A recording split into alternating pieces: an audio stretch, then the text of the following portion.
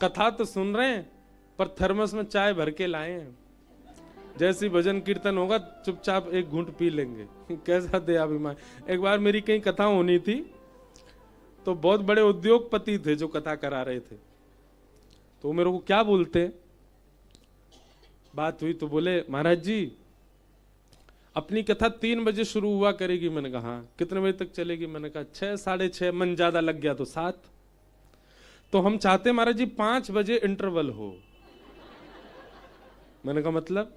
बोले 3 से 5 कथा और फिर 5 से 5:30 चाय नाश्ता पकौड़ा बंडा आदि ये सब चले, 5:30 बजे फिर कथा शुरू 7 बजे।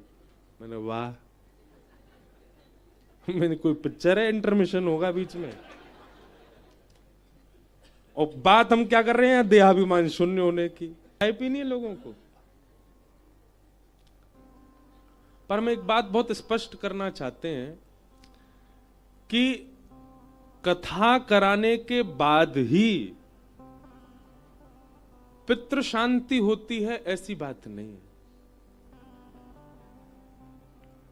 कथा कराने की इच्छा जब प्रारंभ हो जाए चित्त में, एक परिवार सोच करके मन में यह भावना रखने लगे कि अब हमें कथा करानी है। सब लोग इधर देखो, मन में इच्छा प्रकट हो जाए कि हमें कथा करानी है, उसी समय समझ लीजिए कि पितृ मुक्त हो गए हैं, तभी इच्छा प्रकट हो रही है। कथा कराने के बाद वो धुंधुकारी का विषय अलग है, तो महाप्रेत बन चुका है। परंतु वास्तव में यह है कि हमारी कथा सुनने की इच्छा प्रकट हो रही है, कथा में बैठने की इच्छा प्रकट हो रही है, कथा कराने की इच्छा प्रकट हो रही है, कथा में जाने की इच्छा प्रकट हो रही है, सप्ताह क्रम से कथा सुनने की इच्छा, यह तभी प्रकट हो सकती है जब हमारे पितृ मुक्त हों। कहीं ना कहीं जिनमें दोष विद्यमान है, अब वो तो पितृ दोष कैसे कैसे होंगे पता नहीं, पर यह भी एक पितृ दोष है कि आपका कथा में जाने का मन ही नहीं कर रहा, आपकी कथा सुनने की इच्छा ही नहीं होती, सत्संग श्रवण की इच्छा मन में प्रकट नहीं होती। ये कोई पितृ दोष से कम है? कौन रोक रहा है आपको कथा में जाने से? तो सद्यो हृदय वरुध्यते त्रिकृत भी शुश्रूषभिस्तत्क्षणात्, सुनने के बाद क्या होगा वो तो बहुत आगे की बात है। सुनने की इच्छा मात्र से हरिश्चित्तम समाचरित, कृष्ण चित्त में प्रकट हो जाते। तो ऐसी कथा जिनके प्रारंभ होते ही मन में भाव आया कि हमें कथा कराने, उसी समय पितृ मुक्त हो जाते, मुक्त हो गए इसीलिए आ रही है भावना। तो ये बात है। तो आपका कारण कुछ भी रहा हो कथा कराने का, पर भागवत जी का विषय क्या है? धर्म प्रौजत कई तवोत्र परमो, हमारे चित्त में परम धर्म का उद्दीपन होना, प्रकट होना। परम धर्म का मतलब क्या है? धर्म और परम धर्म दो बातें हैं। जहां व्यक्ति देहाभिमान होकर के देह की सुख सुविधा और देह के लिए कृत्य करता है वो सब धर्म है। लेकिन जहां व्यक्ति अपने आत्म कल्याण की भावना रखता है, देह की परवाह नहीं करता, आत्म कल्याण की भावना रखता है, वही परम धर्म है। हमारे वृंदावन में संत जनों को, रसिक जनों को देखो, अगर देह प्रधान हो तो सुंदर बन के रहे सब, पर देह प्रधान नहीं है तो यहां चंदन लगा लें, यहां चंदन लगा लें, नाक पे लगा लें, आंखन के ऊपर वो लगा लें, यहां लगा लें।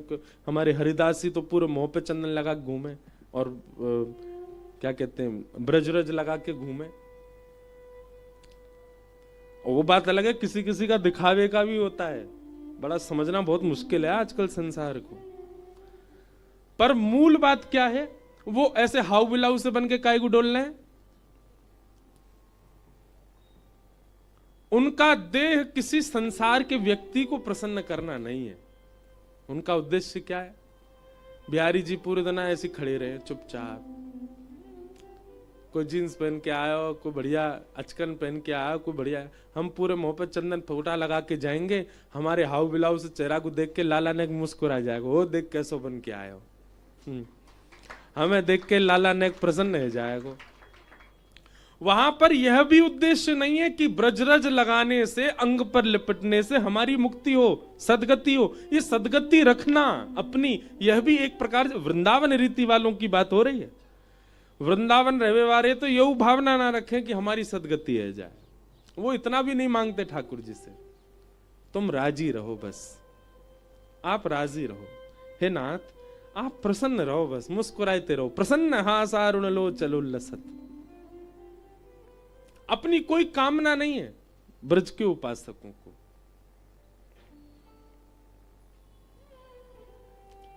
दूसरी बात मैं कभी कभी कथा में कहता हूं, वे इसलिए ऐसे बन के रहते हैं मानो ठाकुर जी के आगे जाके यूं दिखा रहे हो, देखो हमने गुदरी पहन रखी है, देखो लाला हमने एक ही सॉल लपेट रखी है, अभी सर्दी भयंकर आ जाएगी फिर भी नंगे पांव डोलेंगे। ऐसे वस्त्र वेशभूषा धारण करके रहेंगे। लाला हम तब तक ना पहनेंगे ज्यादा जब तक तू आके ना पहनावे को, जब तक तू कृपा ना करे को। ज्यादा ना तू रीझ जाएगो, तेरे मन में आ जावेगी, तू आए के पहना दे को, बाद ना धारण कर लेंगे, स्वीकार कर लेंगे।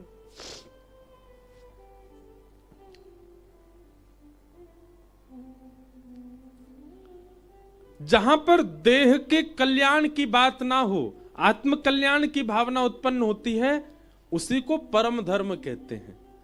श्रीमद् भागवत सुनने वाला व्यक्ति अगर देहाभिमान शून्य नहीं हो रहा है तो इसका मतलब वो कथा नहीं सुनता, वो केवल आडंबर कर रहा है कथा में आके। उसको अपने देह का किंचित अभिमान नहीं होगा। हां, इतना तो रखे कि स्वस्थ बना रहे, स्वस्थ रहे।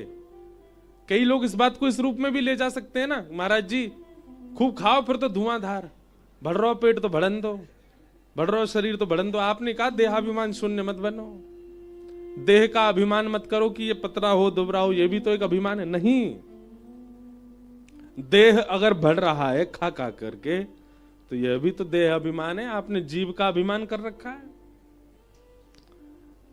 स्वस्थ रहो, पर देह के प्रति ज्यादा व्यवस्थाएं ना रखना, यह एक प्रकार का देहाभिमान शून्य। मैंने कैसा पहना है, मैं कैसा दिख रहा हूं, मैं कैसे चल रहा हूं, कैसे बोल रहा हूं, मेरा रूप कैसा, मेरा स्वरूप सौंदर्य कैसा, इसके प्रति जो बहुत चिंतित रहता है, ऐसा व्यक्ति भगवत प्राप्ति नहीं कर सकता।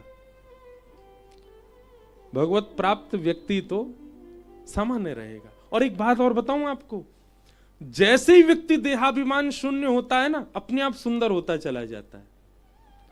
उसके रूप की कांति, उन्होंने कोई फेयर एंड लवली नहीं लगाया होता। हमारे ब्रज के संतों को देखो आप, गोरीलाल कुंज वाले पूज्य महाराज जी, कभी जाके उनका दर्शन करो।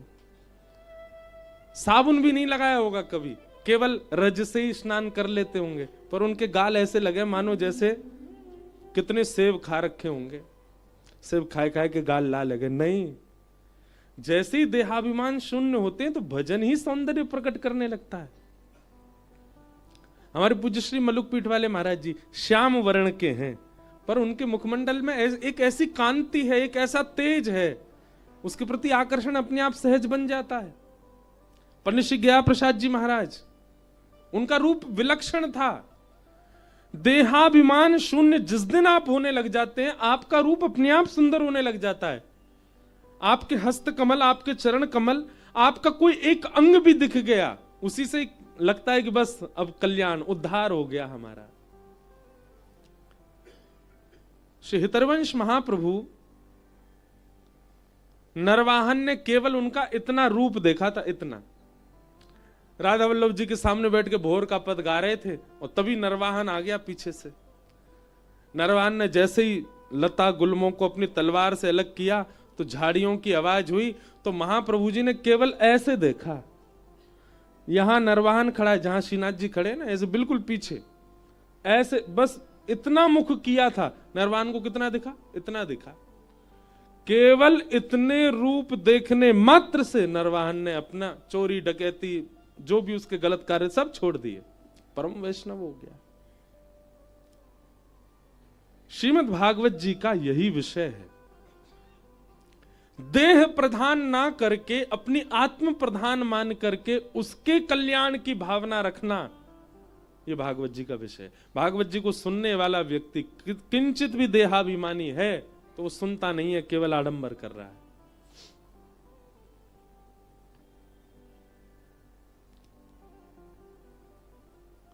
तो भागवत जी का विषय क्या है?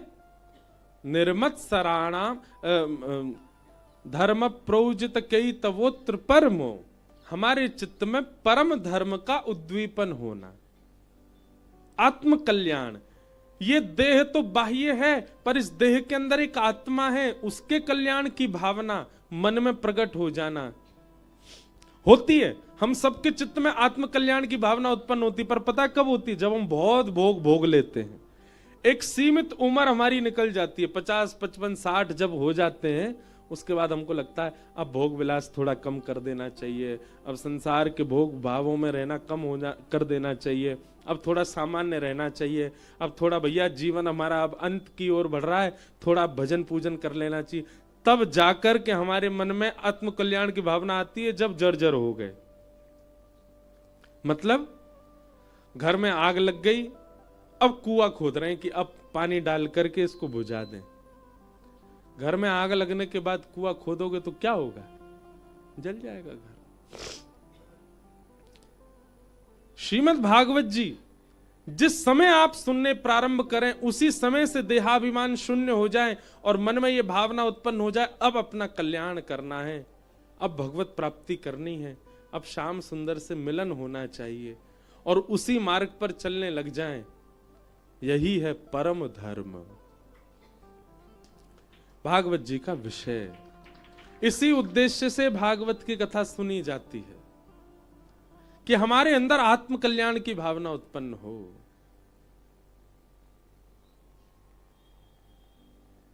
कथा सुनने पर वह भी सुनने कैसे? कुर्सी पे बैठ के। जो बैठे वो बुरा नहीं मानना, ये भी एक देहाभिमान है। अच्छा, कोई तन में दिक्कत है तो बात अलग है, पर कोई तकलीफ नहीं है, बढ़िया है सब मामला, हड्डी वड्डी सब बिल्कुल मजबूत है, फिर ऊपर बैठे हैं। कैसे बनोगे देहाभिमान शून्य? भैया एक बहुत सुंदर पद है, करी गोपाल की सब होए। बहुत सुंदर पद है, मिल जाए तो मैं गाऊं।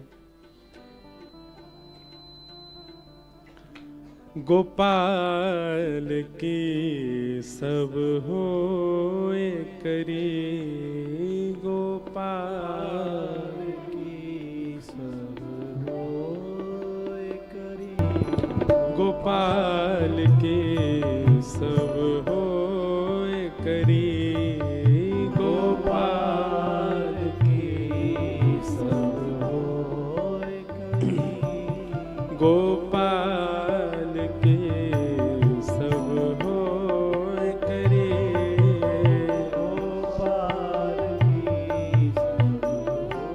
समझ रहे हैं? सूरदास जी कह रहे हैं सब गोपाल जी का किया होता है, जो अपनो पुरुषार्थ माने अति झूठो है सोई। झूठो भी नहीं, अति झूठो। नेक भी सोच रहा हूं मैं कछु कर रहा हूं तो अति झूठो है। अच्छा एक बात और सुनना बंधुओं, हम कुछ भी सत कर रहे हैं ना तो समझो सब ठाकुर जी करा रहे हैं, पर हमारे द्वारा कुछ भी अनीत हो रहा है, असत हो रहा है, तो वो हमारा पुरुषार्थ है, वो हम कर रहे हैं। पर जो भी भला हमसे बन रहा है सब ठाकुर जी और गुरुदेव की कृपा है। परम धर्म की भावना मतलब हम जो भी कर रहे हैं उसके प्रति पुरुषार्थ अपना माने, ये भावना भी नष्ट हो जाना भी एक प्रकार का देहाभिमान है। सब ठाकुर जी करेंगे, मंगल करेंगे। हमारे पास कई लोग आते हैं, कोई पीड़ा बताता है, कोई दुख दारिद्र बताता, हम सबको एक ही बात कहते हैं, सब ठाकुर जी मंगल करेंगे, क्योंकि जो वो चाहेंगे वो होगा। जो अपनो पुरुषार्थ माने अति झूठ हो है सोई, सूरदास जी कह रहे हैं। तो भागवत जी का विषय क्या है? आत्म कल्याण की भावना उत्पन्न होना चित्त में।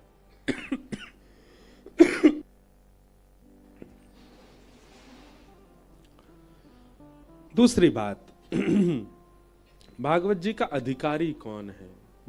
किसे अधिकार है कथा सुनने का? तो निर्मत्सराणाम सता। अगर हम एक बात कह रहे हैं कथा सुनने का अधिकार किसको है, तो इसका मतलब सीधी बात समझो, श्री ठाकुर जी का अधिकारी कौन है? जिसके चित्त में मात्सर्य दोष नहीं है।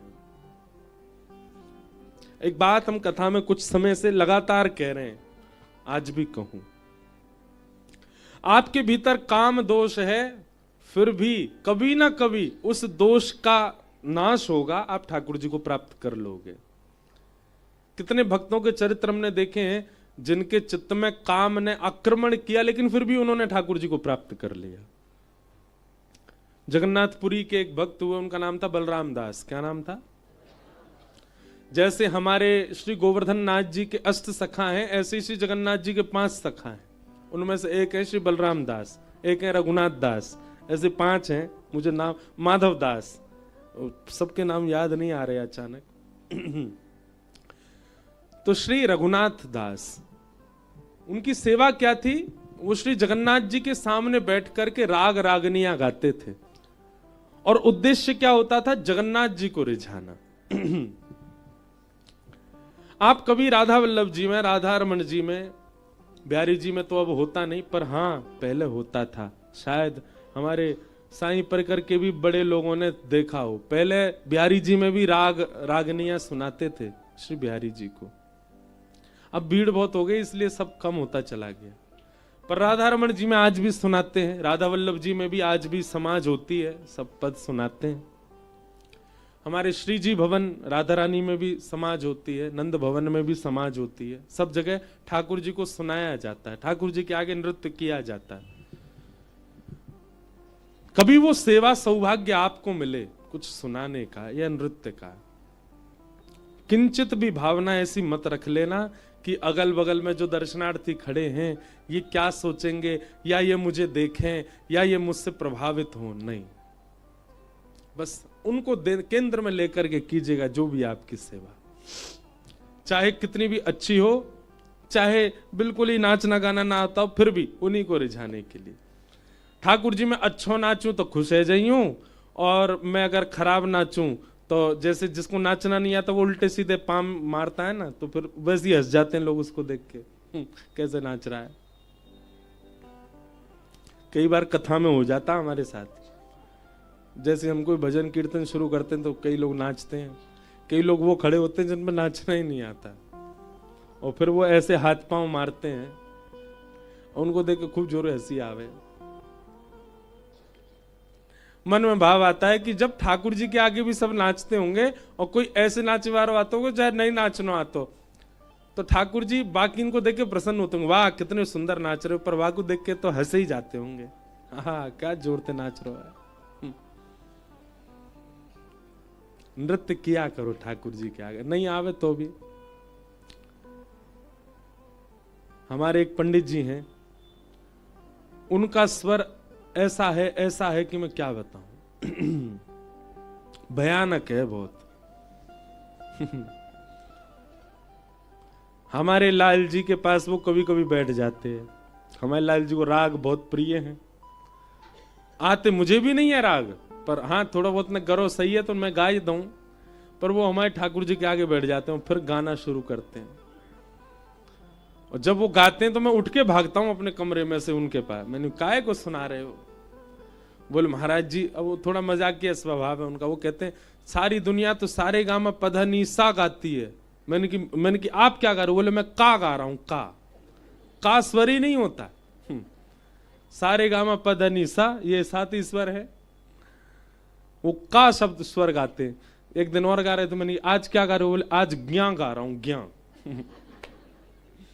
बोले क्योंकि स्वर जो है वो हारमोनियम में नहीं मिलेगा, इसलिए मेरे स्वर ही अलग है। मैंने बढ़िया, तो उनके प्रति भाव आता है कि इनके गायन सुनकर के लाल जी, जैसे अच्छा गाने वाला आ जाए तो ठाकुर जी रीझते होंगे, पर ऐसा कोई सुनाई वाला आ जाए ठाकुर जी जोरते हंसते होंगे पेट पकड़े हुए, देख कैसे गा रहा हो।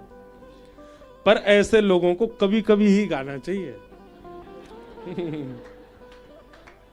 रोज नहीं। ठाकुर जी पता चली यूं भाग रहे हैं, भैया ये रोज आ जाए। अच्छा, पता नहीं, मुझे नहीं पता, पर लोगों को शायद लगता है कि वो अच्छा ही गा रहे हैं। जो नहीं अच्छा गाते उनको शायद लगता है अंदर से, ऐसी भावना आती है उनको कि हम अच्छा ही गा रहे हैं। पर हमारे अष्ट सखाओं में श्री कुम्मन दास जी कहते हैं, जाके स्वरते इंसान नहीं रीझो, परमात्मा कैसे रीझेगो। कुम्मन दास जी का ऐसा भाव है। तो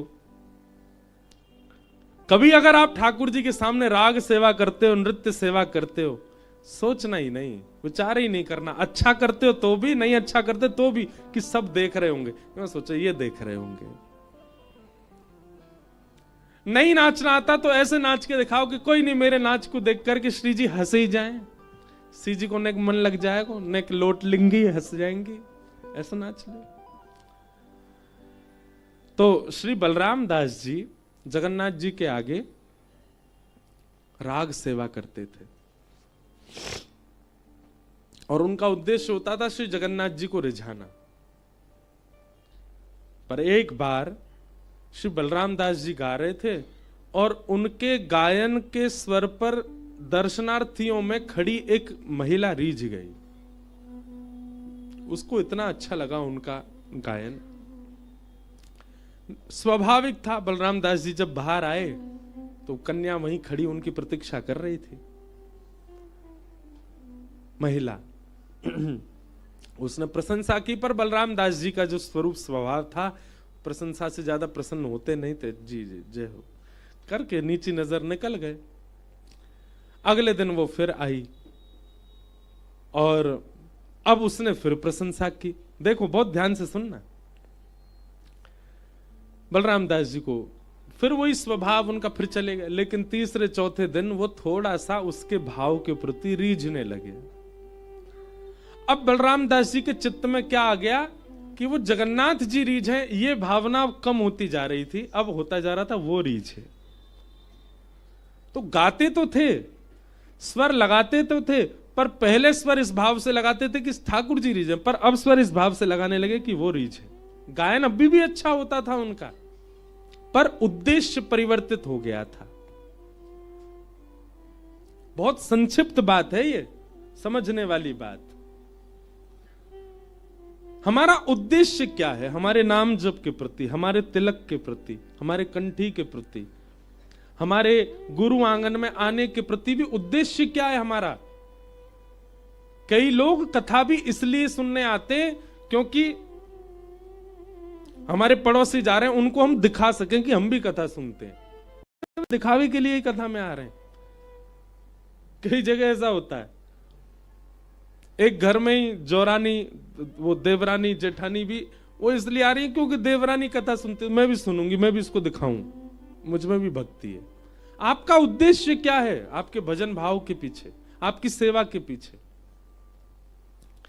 तो बलराम दास जी अब उसको रिझाने लगे। अब उसने भी नृत्य करना प्रारंभ कर दिया। तो अब बलराम दास जी के कुछ दिनों बाद स्थिति ऐसी होती चलेगी, अब जगन्नाथ जी के लिए वो गाते ही नहीं है। अब तो केवल जगन्नाथ जी के मंदिर का आश्रय लेते हैं, गाते उसी के लिए कि वो रीझ है।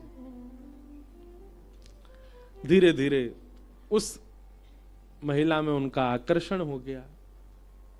वो एक नगर वैश्या थी। अब तो बलराम दास जी उसी के संग रहने लगे, उसी के संग रहते, उसी के संग खाते, उसी के संग सब भावना रखते। धीरे धीरे ये बात पूरे जगन्नाथपुरी में फैलने लग गई कि बलराम दास तो अपने चरित्र से अब हीन हो गया। मंदिर परिसर में पंडित पुजारी और सब चर्चा करने लगे, इनको सेवा से दूर करो जगन्नाथ जी की, अब इनका अब आचरण अच्छा नहीं है। धीरे धीरे उनको मंदिर की सेवा से भी दूर कर दिया गया, लेकिन उनको अब कोई फर्क पड़ता नहीं था। उसके प्रति इतनी आसक्ति बढ़ गई है, उसी के संग रहना उनके लिए सुख बन गया था। समय आया रथ यात्रा का, और रथ यात्रा के समय श्री बलराम दास जी को सौभाग्य था कि रथ यात्रा प्रारंभ ही बलराम दास जी के पद गायन के बाद होती थी।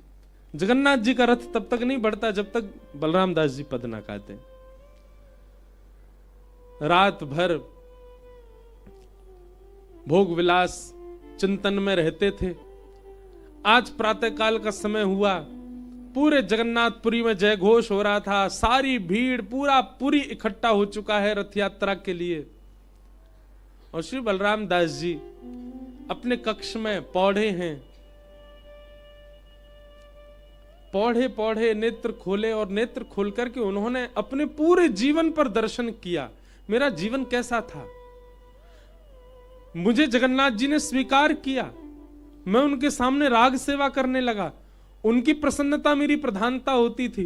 कितने लोग प्रशंसा करके जाते थे पर मुझे किसी की प्रशंसा से कोई प्रभाव नहीं होता था। एक दिन एक महिला ने आकर के मेरी प्रशंसा कर दी, मेरा थोड़ा आकर्षण बढ़ा। दूसरे दिन और प्रशंसा की, थोड़ा और आकर्षण बढ़ा। चौथे पांचवें दिन से मेरा आकर्षण केंद्र अब मैं जगन्नाथ जी को नहीं सुना रहा था, फिर मैं उस महिला को रिझाने लगा। अपने आप पूरी रील उनके मस्तिष्क में घूमने लगी। बोले आज स्थिति क्या है, अब जगन्नाथ जी से कोसों दूर रहता हूं, केवल उसी के पास रहता हूं। आज रथ यात्रा है, मेरे गायन के बगैर जगन्नाथ जी का रथ नहीं चलता। मुझे इतना बड़ा सौभाग्य ठाकुर जी ने दिया और मैंने उस सौभाग्य का खुद त्याग कर दिया। मन में भाव आया बलराम दास जी के, अब सब भोग विलास छोड़ करके पुनः अपने सौभाग्य की ओर जाऊं। उस वैश्या के आगे हाथ जोड़ दिया, आज के बाद हम आपसे नहीं मिलेंगे, आप हमसे मत मिलना, हमसे जो अपराध हुआ सबके लिए क्षमा। कुछ धन चाहिए होगा तो मैं दे दूंगा, आपको कोई व्यवस्था चाहिए मैं दे दूंगा, आपके लिए कुछ व्यवस्था करनी मैं सब कर दूंगा, पर अब मैं जगन्नाथ जी को छोड़ और कहीं नहीं जाऊंगा, मुझसे अपराध हो गया। रोते हुए श्री बलराम दास जी रथ यात्रा जहां से प्रारंभ होती वहां पहुंचे, सिंह द्वार। पंडा पुजारियों ने जैसे ही बलराम दास को देखा दूर से ही दुत्कार दिया, फटकार दिया, खबरदार सामने भी मत आना जगन्नाथ जी के। अरे व्यभिचारी व्यक्ति, परिस्त्री गमन करने वाले व्यक्ति, तुझको हम जगन्नाथ जी के सामने बैठाएंगे? किसी ने जगन्नाथ जी के सामने खड़ा भी नहीं होने दिया बलराम दास को। बलराम दास जी स्वीकार करते हैं उस दंड को, बोले मैं अधिकारी हूं इस दंड का, क्योंकि मैंने अपराध किया है, मैंने सेवा सौभाग्य को ठुकराया है एक सांसारिक सुख के लिए। बलराम दास जी रोते विलखते श्री समुद्र किनारे चले गए और कहा कि मेरी साल भर की हर वर्ष की सेवा आज मैं नहीं कर पा रहा नाथ, पर आप तो कण कण में विद्यमान हो। तो वहीं बालू से ही एक रेत का एक रथ बनाया और उसमें बालूका के ही श्री जगन्नाथ जी बना के विराजमान कर दिए और अपनी राग रागनियां वहीं बैठ कर के गाने लगे। वहां मुझे नहीं आने दिया गया, ठाकुर जी आप यहां आकर के मेरा राग जैसे ही गाने लगे। वहां रथ यात्रा में सुभद्रा जी का रथ चल पड़ा, बलराम जी का रथ चल पड़ा, पर ठाकुर जी का रथ नहीं चले। सबने खींचा, नहीं चला। सबने हाथ जोड़ के प्रार्थना की, भगवान क्या बात है, आपका रथ क्यों नहीं बढ़ रहा है? श्री ठाकुर जी कहते हैं हमारा रथ तो बढ़ रहा है, आपको दिख नहीं रहा है। पंडा पुजारी बोले कहां बढ़ रहा है प्रभु, जहां का तहां ही तो खड़ा है। बोले आज हमारी रथ यात्रा सिंह द्वार पे थोड़ी हो रही है, आज हमारी रथ यात्रा समुद्र के तट पर हो रही है। हमारी रथ यात्रा बलराम दास कर रहा है। हम आज नंदी घोष रथ में थोड़ी बैठे हैं, हम तो आज बालूका के रथ में बैठे हैं और बलराम दास हमारी रथ यात्रा कर रहा है। यदि चाहते हो कि ये रथ आगे बढ़े तो बलराम दास ने बालूका का जो मेरा स्वरूप बनाया है उनको लेकर के आके इस रथ में विराजमान करो। सब लोग गए तो देखा पूरे जगन्नाथपुरी में कहीं भीड़ नहीं होती, रथ यात्रा वाले दिन सारी भीड़ रथ के सामने ही होती है। समुद्र खाली, बिल्कुल किनारे पर कोई भीड़ नहीं। दूर देखा बलराम दास उछल उछल के नाच रहा है, छोटा सा बालूका का रथ बना, उसी में छोटे से जगन्नाथ जी बालू के ही बैठा रखे हैं। सब लोगों ने जाके बलराम दास से कहा हमने भले ही तेरे अवगुण को हीन मान करके तुझे ठाकुर जी से दूर कर दिया, पर तेरे अवगुण को भी स्वीकार करके जगन्नाथ जी ने तुझे दूर नहीं किया। चल बलराम, ठाकुर जी को पद सुना। बलराम दास जी को लेकर के गए और ठाकुर जी के सामने बैठकर के जब उन्होंने पद गाया, अपनी सेवा की, तुरंत रथ चल पड़ा श्री जगन्नाथ जी का। ये कथा मैंने क्यों सुनाई? कई बार हमारे चित्त में काम दोष आ जाता है, उसके बाद भी ठाकुर जी हमें प्राप्त हो जाएंगे। अच्छा, इसका मतलब ये नहीं है कि आप सब लोग खुलेआम जो भी दोष उत्पन्न हो रहे हैं उनको होने दो। इस कथा से गलत, मेरे को बहुत कवर करके चलना पड़ता है कथाओं को, क्योंकि लोग कुछ भी अर्थ निकाल लेते हैं कई बार। कोई बात नहीं, ये दोष उत्पन्न हो रहा, होने दो। महाराज जी बता तो रहे थे, ठाकुर जी तो फिर भी स्वीकार कर लेते हैं। अगर ये कथा सुनने के बाद दोष उत्पन्न हुआ और फिर भी आपने दोष को नजरअंदाज किया, तो ठाकुर जी स्वीकार नहीं करेंगे। हम व्यासपीठ पर बैठ के कह रहे हैं। लेकिन एक बात है कि अगर किसी के चित्त में काम भाव है, तो भी वह कभी ना कभी गुरु कृपा से अपने उस बुरे भाव का त्याग करके ठाकुर जी का अधिकारी बन जाएगा। किसी के चित्त में क्रोध ज्यादा है, तो क्रोधी भक्त भी भगवत प्राप्ति कर लेता है। किसी के चित्त में लोभ है, तो लोभी भक्त भी भगवत प्राप्ति कर लेता है। और जितने भी दोष हैं संसार में, हमारे मन में आने वाले, स्वीकार कर सकते हैं, पर एकमात्र ईर्ष्या ऐसा दोष है जिस दोष के आने पर ठाकुर जी स्वीकार नहीं करते। आपके अंदर क्रोध है, कोई बात नहीं, कथा सुनो, ठाकुर जी प्राप्त कर लेंगे। आपके अंदर मोह है, भगवत प्राप्ति हो जाएगी।